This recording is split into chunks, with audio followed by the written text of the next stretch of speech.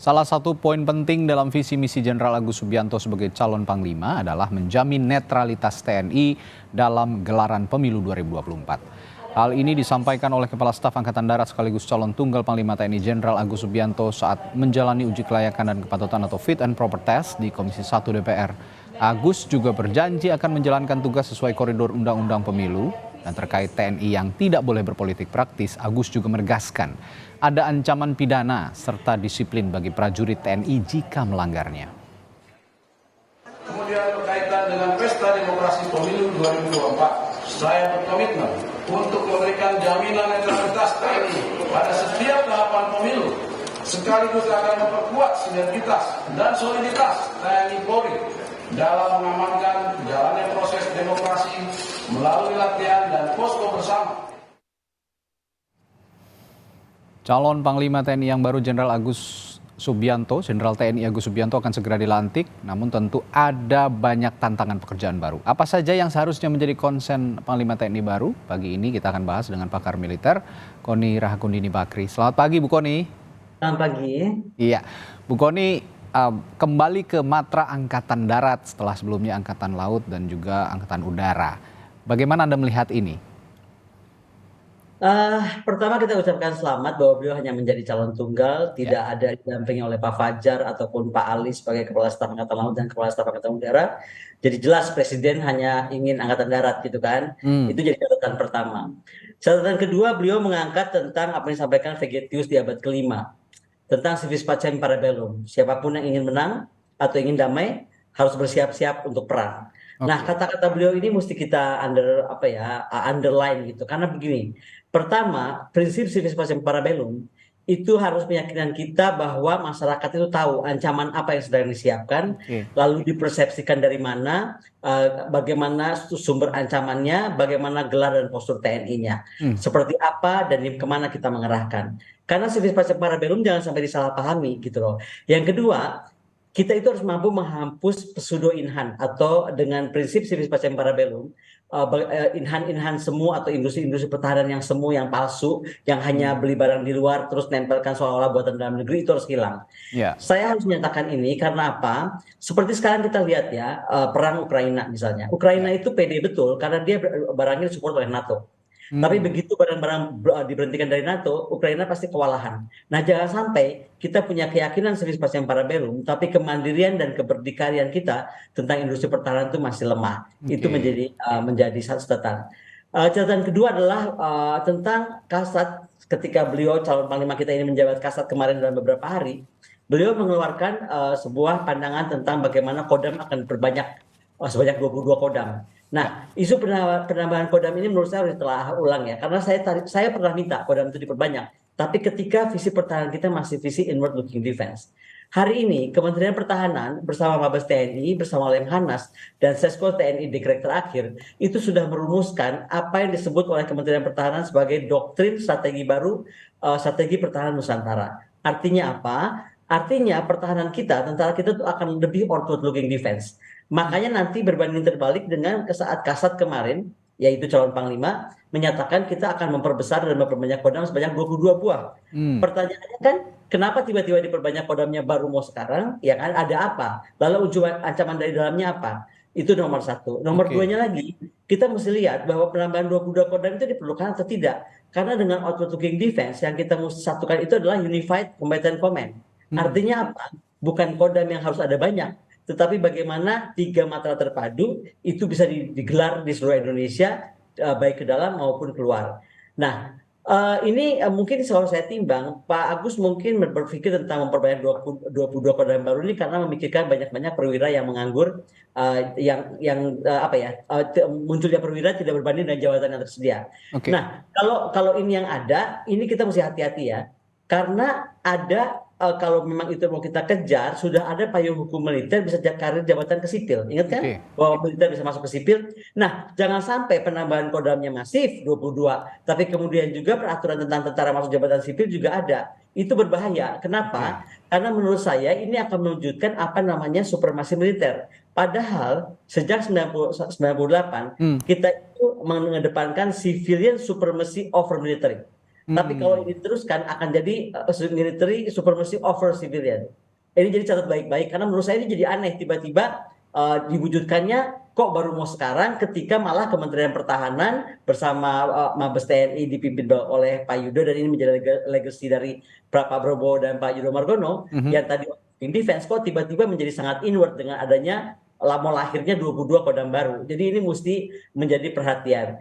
Nah, ini menjadi penting juga untuk dicatat bahwa dengan Unified Combatant Command itu akan lebih mudah kita menjalankan posisi politik luar negeri kita yang nggak pernah berubah, yaitu bebas aktif.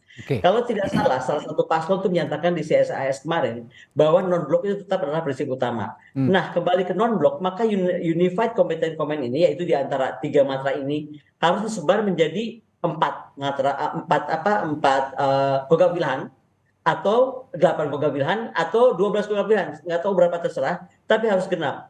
Kenapa harus genap? Karena Pak Agus sebagai Panglima harus bisa menghitung dengan blok itu kita akan bekerja sama dengan negara yang harus adil. Negara NATO blok sama negara non NATO blok. Contoh, kalau anggap aja kita bagi 8 Kogab Wilhan ya, maka 4 Kogab Wilhan itu akan bekerja sama dengan misalnya Kogab Wilhan Timur dan Kogab Wilhan Utara itu dengan Amerika, dengan Australia, dengan negara-negara NATO, Prancis dan lain-lain.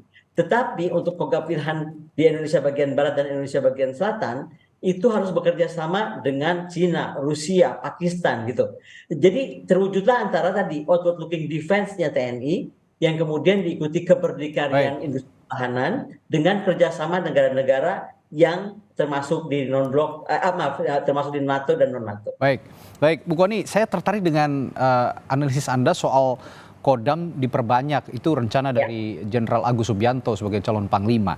Ini saya tergelitik juga, apakah Angkatan Darat, matra Angkatan Darat yang saat ini akan dipilih kembali begitu sebagai Panglima, ini hanya menunggu giliran saja atau memang lebih dalam konteks pesta demokrasi lebih cocok untuk menghadapi mengamankan pesta demokrasi dalam konteks ini? Nah, ini yang saya pertanyakan, saya mengutarakan ini karena dalam waktu jangka pendek beliau menjadi Kasat kemarin, saya menerima dokumen bahwa beliau akan membangun 22 Kodam baru, gitu kan? Artinya begitu beliau menjadi Panglima kan Kasat yang baru akan menjalankan itu. Nah, pertanyaan saya sederhana aja. Pertama, ini sudah saya gaungkan sejak berapa tahun lalu kok tentang 22 tentang Kodam kita harus sejajar dengan polisi banyaknya itu. Tapi dengan catatan waktu itu pertahanan kita masih inward looking, masih defensif pasif.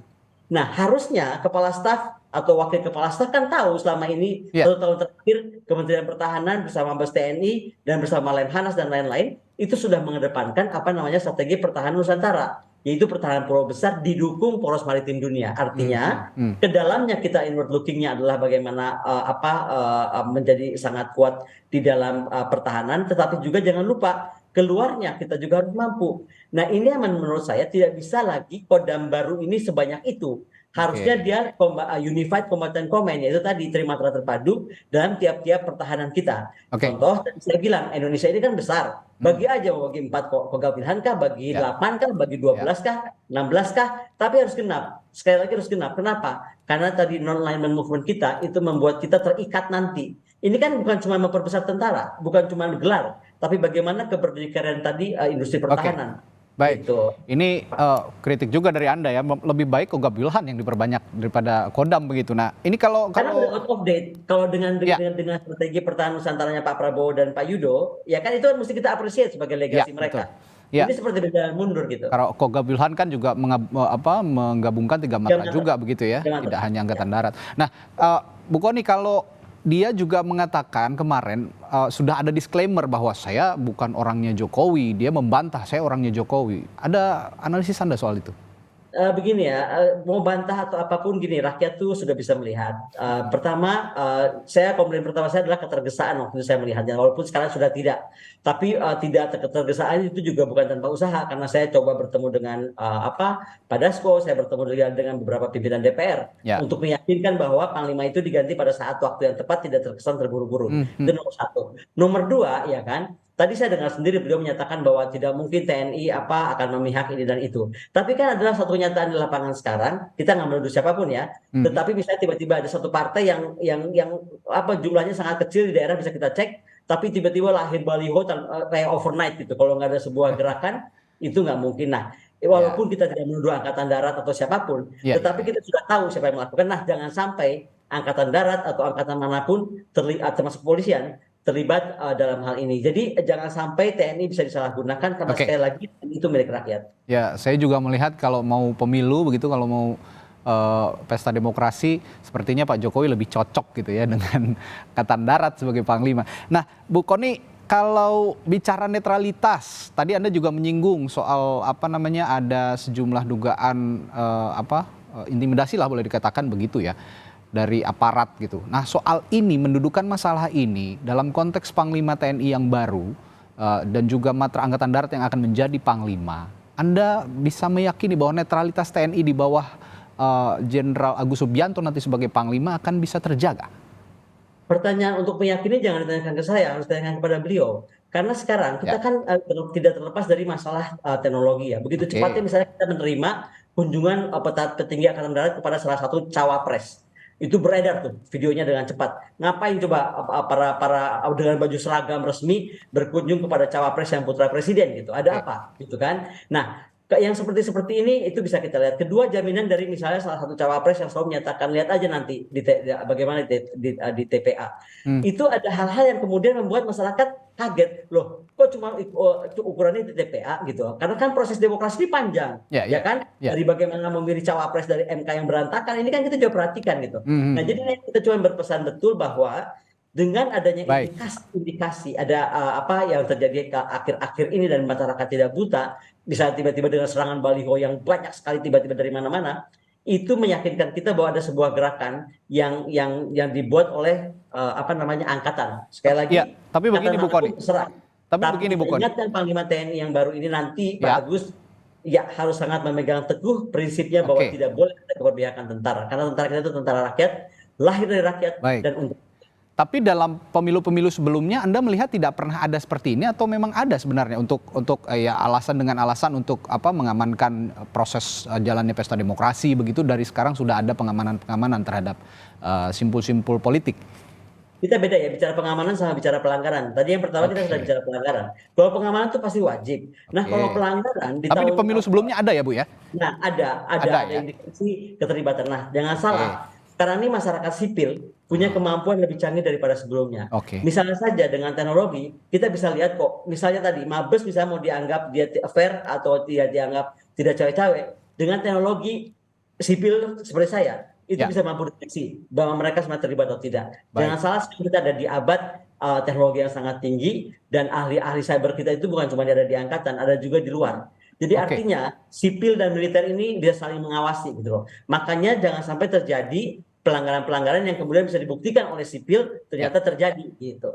Baik, PR-nya juga akan banyak sepertinya Pak Agus Subianto, Jenderal Panglima TNI yang baru, calon Panglima TNI Jenderal Agus Subianto, belum lagi masalah kawasan, belum lagi masalah konflik di Papua, dan saat ini juga akan menghadapi pesta demokrasi. Ya, mudah-mudahan kita berharap bersama-sama, Bu Kony, bahwa benar jelang pesta demokrasi ini netralitas bisa dijaga oleh TNI.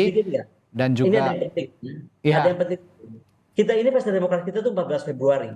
Kita bisa lihat dana anggaran untuk pesta itu akan sangat mepet waktunya, karena pernah disarankan kepada Presiden harusnya jangan Februari tapi bulan Mei. Tapi Presiden ngotot mau Februari. Apa artinya? Apakah dalam waktu 1 bulan bisa di-deliver semua surat-surat dan kota-kota pemilihan sampai di daerah? Itu menjadi tanggung jawab TNI yang maha berat. Karena sekali lagi kita pernah usulkan kepada Presiden bahwa jangan Februari, karena antara tutup tahun dengan turunnya anggaran itu akan sangat berdampak.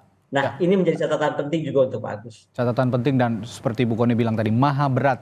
Ini jadi catatan kita, dan juga diharapkan Pak Agus Subianto, Jenderal Agus Subianto nanti calon Panglima TNI yang baru bisa mengemban tugas dengan baik, terutama mengawal pesta demokrasi yang jujur dan adil dan demokratis begitu. Terima kasih Bu Kony Rahmanuni Bakri, pengamat militer, telah berbagi perspektifnya pagi hari ini di Sapa Indonesia Pagi. Terima kasih Bu, sehat selalu Bu. Sehat selalu, terima kasih.